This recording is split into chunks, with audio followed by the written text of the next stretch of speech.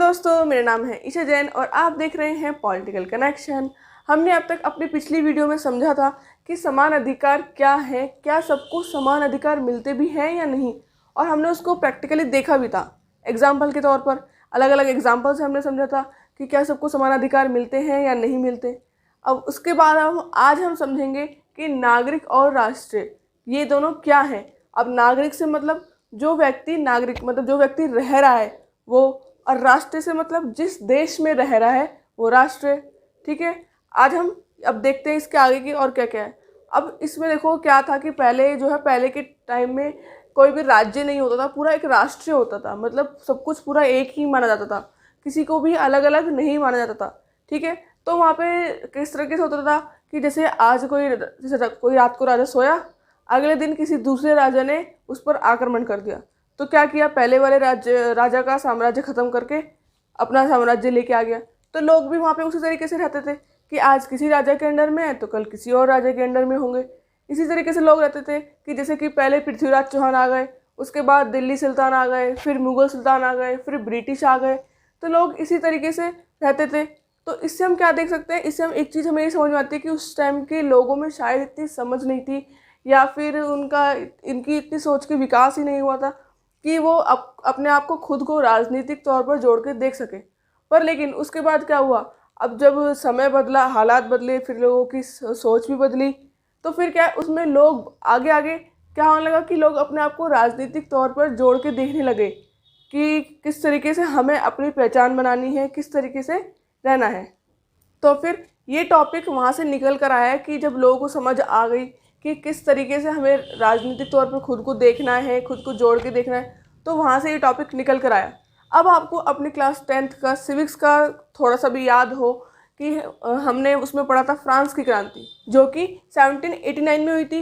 अब इसमें क्या था कि लोग अपने आप को, अपनी क्रांति क्यों हुई थी, क्योंकि लोग क्या था, खुद को राजनीतिक तौर पर जोड़कर देखने लगे थे कि खुद की राजनीतिक पहचान क्या, खुद की पहचान तो ठीक है लेकिन राजनीतिक पहचान भी तो एक होनी चाहिए।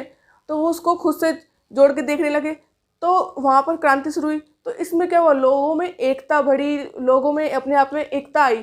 तो इससे क्या था कि वो लोग राजतंत्र से निकलकर लोकतंत्र में आना चाह रहे थे, तभी तो ये क्रांति हुई।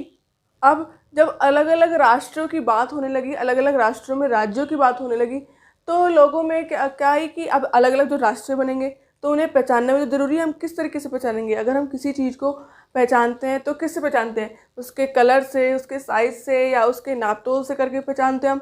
तो ऐसे ही अगर हम अलग अलग राष्ट्रों को पहचानेंगे तो किस तरीके से पहचानेंगे, उसके कैसे पहचानेंगे, राष्ट्रगान से, या कुछ खास उत्सवों के आयोजन से, या झंडों से, या राष्ट्रगान से, या उसकी भाषा से। इस तरीके से हम राष्ट्र को पहचानेंगे। तो उसमें क्या है, अब ये एक बना दिया गया कि अब हम इन तरीक़ों से उस राष्ट्र को पहचानेंगे।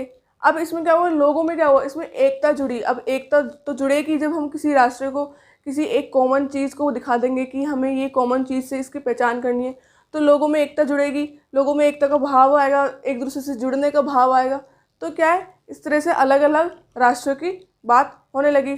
अब इन राष्ट्रों में ही क्या है, इन राष्ट्रों से निकल के आए राज्य। ठीक है, अब ये राज्य निकल कर आए।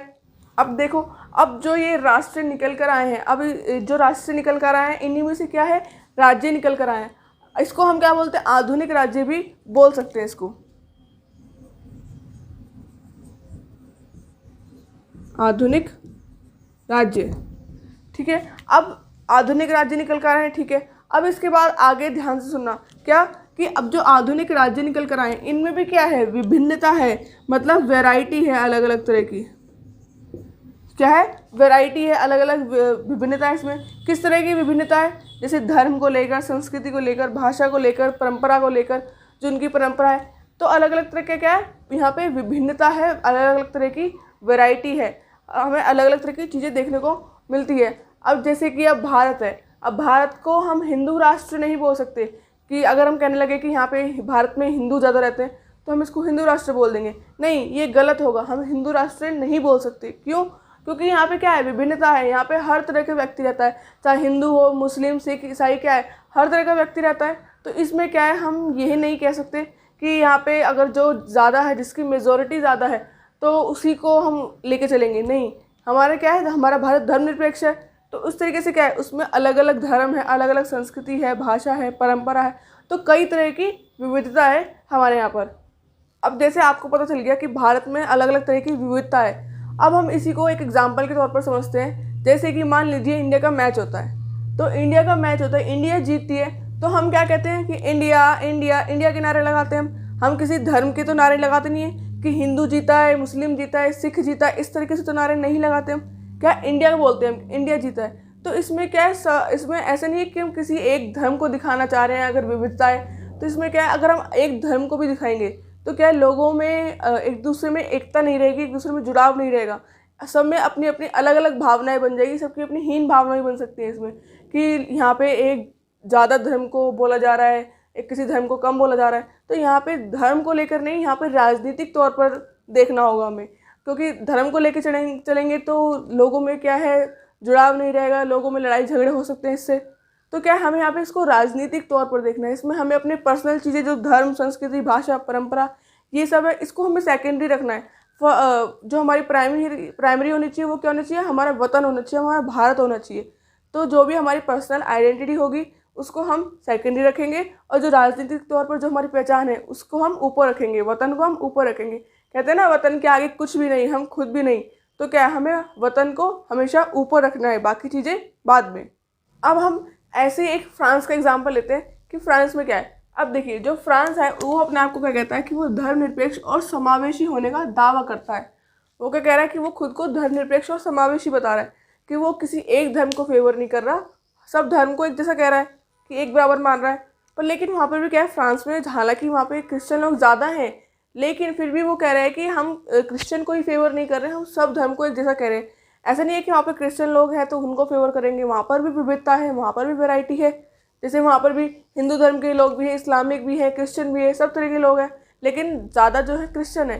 ठीक है, वो कह रहे हैं ठीक है क्रिश्चियन है, लेकिन हम वहाँ पर किसी को भी फेवर नहीं कर रहे, सब धर्म को एक जैसा मान रहे हैं। बस उन्होंने क्या क्या है, उनकी राष्ट्रीय पहचान क्या है फ्रांस की, उनकी पहचान है संस्कृति और भाषा। अब बस उन्होंने वहाँ के लोगों को क्या कहा है कि आप सिर्फ संस्कृति और भाषा को, जो है ये हमारी राष्ट्रीय पहचान है, तो बस आप इसको ऊपर रखिए, बाकी अपनी जो पर्सनल पहचान है, आपकी जो भी पर्सनल आइडेंटिटी है उसको आप सेकेंडरी रखिए, लेकिन फर्स्ट में आपका क्या होना चाहिए, संस्कृति और भाषा होनी चाहिए। लेकिन वो इस चीज़ को थोप भी नहीं रहे हैं कि आप इसी को मानो, अपनी पर्सनल चीज़ों को मानो ही मत। तो वो साथ ही साथ ये कहते हैं कि आपकी जिसमें भी पर्सनल आस्था है, जिस धर्म में भी विश्वास है, आप उसको करो, लेकिन वो निजी रहना चाहिए, वो पब्लिक में नहीं होना चाहिए कि आप पब्लिक में जाके शो करो उसको। तो वो किस तरीके से होनी चाहिए, आपकी प्राइवेटली होनी चाहिए।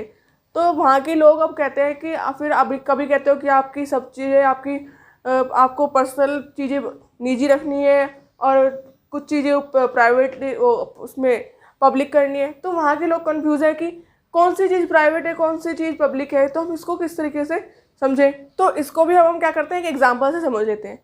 अब ध्यान से सुना, किस तरीके से, कि जैसे हम मान लीजिए वहाँ पर भी फ्रांस में अलग अलग धर्म के लोग रहते हैं। अब उसमें से एक हिंदू धर्म को कोई व्यक्ति ऐसे घूमने लगे, जैसे टीका लगा के, या फिर ऐसी कोई अपने साथ स्पेशल चीज़ लेके चले कि उससे देखने वाले, जो दूसरे देखने वाले हैं, वो क्या अलग से ही पहचान जाए कि ये हिंदू धर्म का है। या जो मुस्लिम धर्म के लोग हैं वो टोपी पहन के ऐसे घूमने लगे बाहर, तो वहाँ पर क्या है, ये सब चीज़ें क्या हो गई, अब सार्वजनिक जीवन में आ गई ना। वैसे आपको क्या कहा गया है कि आपको ये सब चीज़ें प्राइवेट रखनी है, मतलब निजी रखनी है। ऐसा नहीं है कि आप हिंदू हैं तो आप सब जगह दिखाएंगे कि हाँ हम हिंदू है, और अगर आप मुस्लिम हैं तो सब जगह घूम के दिखाएंगे कि हम मुस्लिम हैं। तो क्या है, इससे अगर आप सार्वजनिक जीवन में से लेकर भी आओगे तो लोगों में एक अलग धारणा नहीं बन जाती कि ये तो देख के लगता है लोगों को कि ये हिंदू धर्म का व्यक्ति होगा, ये मुस्लिम धर्म का व्यक्ति होगा। अगर वो टोपी पहन के घूम रहा है और दाढ़ी बढ़ा रखी है खूब, तो हम क्या समझेंगे, ये मुस्लिम होगा। वो टीका लगा के घूम रहा है या कुछ अपने हाथ में स्पेशल चीज़ लेके चल रहा है, तो उससे हम क्या समझ लेते हैं, हिंदू होगा। तो क्या ये चीज़ सार्वजनिक जीवन में कहीं ना कहीं आ जाती है। लेकिन फ्रांस में इसे इस और एग्जांपल से देख लेते हैं कि जैसे जो फ्रांस में क्या हुआ था, तो फ्रांस में क्या था कि सिख छात्रों को पगड़ी पहननी थी और जो मुस्लिम धर्म की जो लड़कियां थी उन्हें दुपट्टा पहनना था। तो वहाँ पर क्या किया गया, ये सब चीज़ें क्या हो गई, अब जब पगड़ी पहन के आएंगे तो ये सार्वजनिक हो गई, प्राइवेट तो रह ही नहीं। अब वैसे ही जब वो लड़कियाँ दुपट्टा पहनने को कहने लगी कि हमें स्कूल में मुझे है दुपट्टा पहन के आना है, तो ये क्या, ये भी सार्वजनिक हो गया, सार्वजनिक जीवन में आ गया। लेकिन फ्रांस में क्या हुआ, इसी चीज़ को बैन कर दिया गया, इस चीज़ को अमान्य कर दिया गया। क्यों? क्योंकि वहाँ पर फिर इस तरीके से अगर सब धर्म के लोग अपनी अपनी चीज़ों को शो करने लगेंगे पब्लिकली, कि पब्लिक में दिखाने लगेंगे कि हम सिख धर्म के हैं, हम मुस्लिम धर्म के, तो क्या है, लोग वहाँ पर खुद को राजनीतिक तौर पर नहीं जोड़ पाएंगे। सब में अलग अलग विभिन्नता आ जाएगी, अलग अलग सोच हो जाएगी कि हम अपने धर्म को दिखाएंगे, वो अपने धर्म को दिखाएंगे। तो इसमें क्या है, राष्ट्र का टूटने का भी डर रहता है। तो इसलिए वहाँ पर क्या गया, फ्रांस ने क्या किया, उस चीज़ को अमान्य कर दिया गया। अब जब हम इतनी देर से राष्ट्र की बातें कर रहे हैं, तो राष्ट्र में कौन रहेगा? नागरिक ही रहेंगे। नागरिक से तो राष्ट्र बनेगा। अब जब नागरिक रहेंगे उस राष्ट्र में, तो उनकी नागरिकता की बात आएगी आएगी। अब हम क्या समझते हैं नागरिकता से, मतलब कि अगर हम नागरिकता के लिए पंजीकरण कराएंगे, किसी के देश के लिए भी नागरिकता के लिए, तो हमें वो नागरिकता मिल जाएगी। लेकिन क्या है, कहना तो बहुत आसान है, लेकिन करना बहुत मुश्किल होता है। कहने को तो सब कुछ आसानी से सब कह देते हैं, कहने में कौन सा टैक्स लगता है। क्या है, करने की बारी जब आती है तो तब मुश्किलों का बहुत सामना करना पड़ता है। तो ऐसे ही क्या है, सबकी जो नागरिकता देने की जो नीतियाँ हैं, सबकी अपनी अलग अलग है। क्योंकि सबको क्या है, एक साइज़ तो फिट नहीं आ सकता ना, सबका एक कपड़ों का एक साइज़ तो नहीं होता, सबका अलग अलग होता है। तो ऐसे ही क्या है, हर देश की अपनी अपनी अलग अलग नीतियाँ हैं, अपनी अलग अलग तरीके से बना रखी है उन्होंने कि किस तरीके से वो नागरिकता देने चाहेंगे। ऐसे ही क्या है, इजराइल और जर्मनी का है। अगर हम इजराइल और जर्मनी में देखें, तो उन जैसे देशों में क्या है, धर्म या जातीय मूल जैसे तत्वों को वरीयता दी जाती है कि वो किस आधार पर नागरिकता देते हैं, धर्म पर, जाति पर, या फिर उसके जन्म स्थान के आधार पर वहाँ पर नागरिकता मिलती है। जैसे कि तुर्की से लोगों को बुलाया गया, कहाँ बुलाया गया, जर्मनी में बुलाया गया। किस लिए? उनको काम करने के लिए जर्मनी में कहा गया कि आप हमारे यहाँ आइए और काम करिए यहाँ पे। लेकिन तुर्की के लोगों को क्या हुआ, जर्मनी की नागरिकता नहीं मिली। क्यों नहीं मिली? अब क्यों नहीं मिलेगी भाई? वहाँ पर क्या बोला गया है कि वहाँ पर धर्म के आधार पर, या जाति के आधार पर, या फिर जन्म स्थान के आधार पर आपको नागरिकता दी जाएगी। अब जो तुर्की के लोग हैं ना, उनका वहाँ पे जन्म स्थान के आधार पर तो उनको दी नहीं गई नागरिकता कि आप यहाँ पर जन्मे नहीं है तो आपको यहाँ की नागरिकता नहीं दी जाएगी।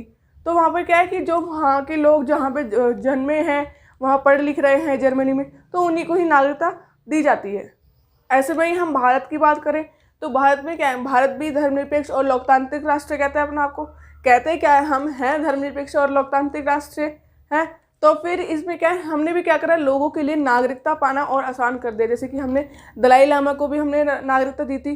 तो इसमें क्या है, हमने फिर बाद में नागरिकता को पाने के लिए और आसान कर दिया। इसमें क्या है, हम अमेंडमेंट लेके आए, CAA सिटीजन अमेंडमेंट एक्ट लेके आए, जिसके तहत क्या हुआ, नागरिकता पाना क्या और आसान हो गया कि लोग और आसानी से, जो आसपास के जो हमारे राष्ट्र हैं, वो आसानी से नागरिकता पा सके। जैसे जो म्यांमार, भूटान, नेपाल, बांग्लादेश, ऐसे जो राष्ट्र हैं, वो भी क्या कर सके, हमारी नागरिकता ले सके। साथ ही साथ आपने ये विविधता जो है रिपब्लिक डे की परेड में भी देखी होगी। जो रिपब्लिक डे की जो परेड निकलती है, उसमें हम हर तरह के धर्म को दर्शाते हैं, हर तरह के चीज़ों को दर्शाते हैं, अलग अलग विविधताओं को, संस्कृति को, भाषा को दर्शाते हैं, किसी एक को तो दर्शाते नहीं है। तो क्या है, हमारी इससे और भारत की जो मजबूती है वो दिखाई देती है, वो शो होती है, वो प्रस्तुत होती है भारत की मजबूती। तो इस तरीके से क्या है, भारत में क्या है, नागरिकता लोगों को दी जाती है। ऐसा नहीं है कि कोई धर्म के आधार पर दी जाती है या किसी और भाषा के आधार पर दी जाती है। नहीं, क्या है कि अगर जैसे पंजीकरण के आधार पर, धर्म के आधार पर ना होकर, इसके अलावा या देशीकरण के आधार पर या भू क्षेत्र के आधार पर भी नागरिकता दी जाती है। जैसे कि अब कश्मीर हमारे साथ जुड़ गया था, तो जो कश्मीर का हिस्सा है वो भारत के साथ तो जुड़ा ही, साथ ही साथ क्या है, उसके लोग भी तो हमारे साथ जुड़े। तो वो जो क्षेत्र है जितना कश्मीर का, वो तो भारत के हिस्से में आया, लोग भी आ गए। तो क्या है, वहाँ के लोगों को भी वो नागरिकता दी जाएगी। अगर कोई हिस्सा हमारे साथ जुड़ना चाहता है तो वो सिर्फ हिस्सा ही नहीं जुड़ेगा, उसकी जो चीज़ें हैं, जितने भी उसके लोग हैं, तो वो सभी हमसे जुड़ेंगे। तो उनको क्या है, राजनीतिक तौर पर उन्हें भी वो पहचान दी जाएगी। तो इस तरीके से उनको नागरिकता दी जाएगी। ठीक है, आई थिंक कि आपको ये सब कुछ समझ में आया हो, आपको आज का ज्ञान अच्छा लगा हो। तब तक के लिए देखते रहिए पॉलिटिकल कनेक्शन।